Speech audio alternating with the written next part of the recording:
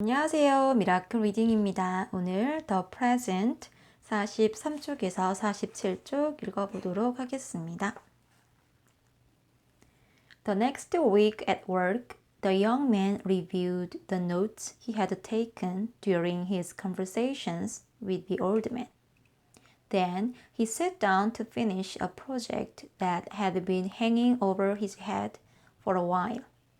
He'd been putting it off because he believed it would be difficult to gather all the necessary information. Then he remembered to use what he had learned. He took a moment to be in the present. He took a deep breath, looked around him, and appreciated what was right now. He realized he may not have been promoted, but he still had his job. He had a good working environment that was fairly quiet and well organized. And he still had plenty of opportunity to do his job in a way that would earn him recognition. He realized it was all too easy to forget to enjoy what he had right now.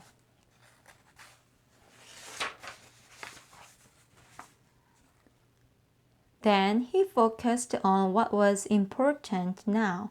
He knew he needed to make progress on one object and use that to build his energy and confidence to succeed in the next task. He began working through the problems one by one.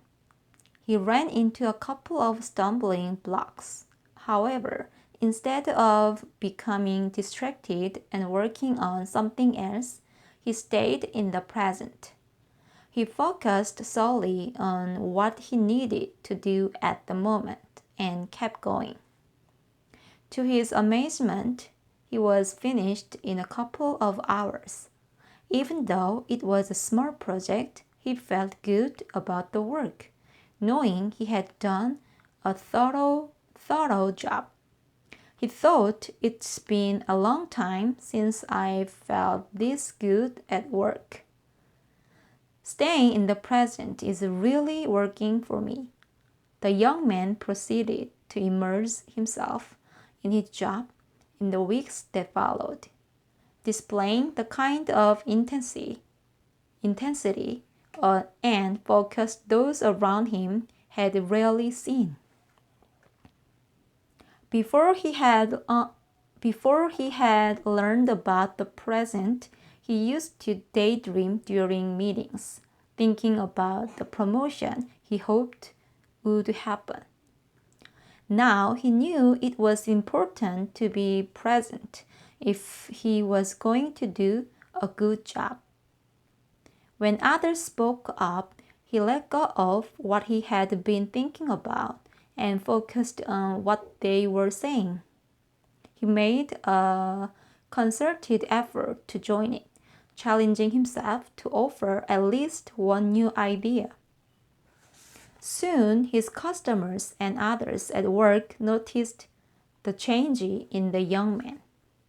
His old, distracted manner changed into a genuine interest in their needs and in what he could do to help them and the organization. In his personal life, his friends noticed the change too.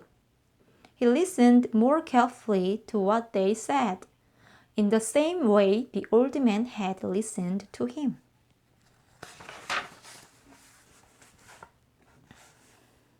At first, he had to work hard to focus on the present and not drift into regret about the past or worry about the future. But as he practiced being in the present, he found it became easier. As a result of his changed outlook, his work and life improved.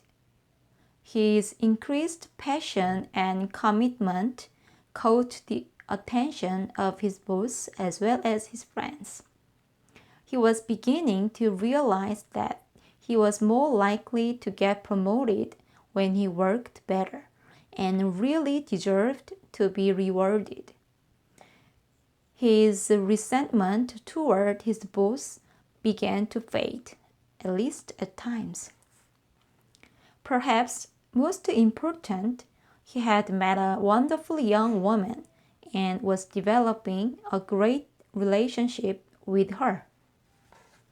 Everything seemed to be going better for him. The young man felt more alive and in control of his life. He felt more confident, stronger, and more productive. He was appreciative of what he had, was paying attention to what was important, and most of all, he was enjoying it. No wonder the old man said, "The present is the best gift you can give yourself." However, just when he thought he knew how to be in the present, a problem arose. The difficulty began when he was working with someone else on a project for his boss. The other person made a little effort and offered few ideas. Rather than talking to the person about pulling their weight or telling his boss about the problem, the young man took on the work himself. Before long, he had fallen behind. Then he missed a deadline.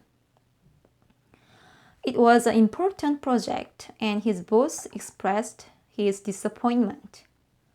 The young man thought he had failed.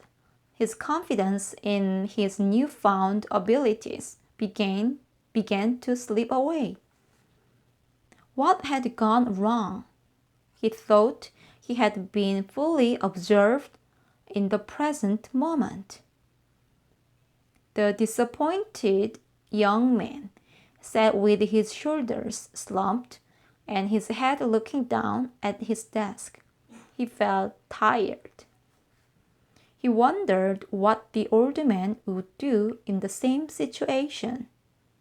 Uncertain, he returned to talk with the old man. Thank you for listening. Bye.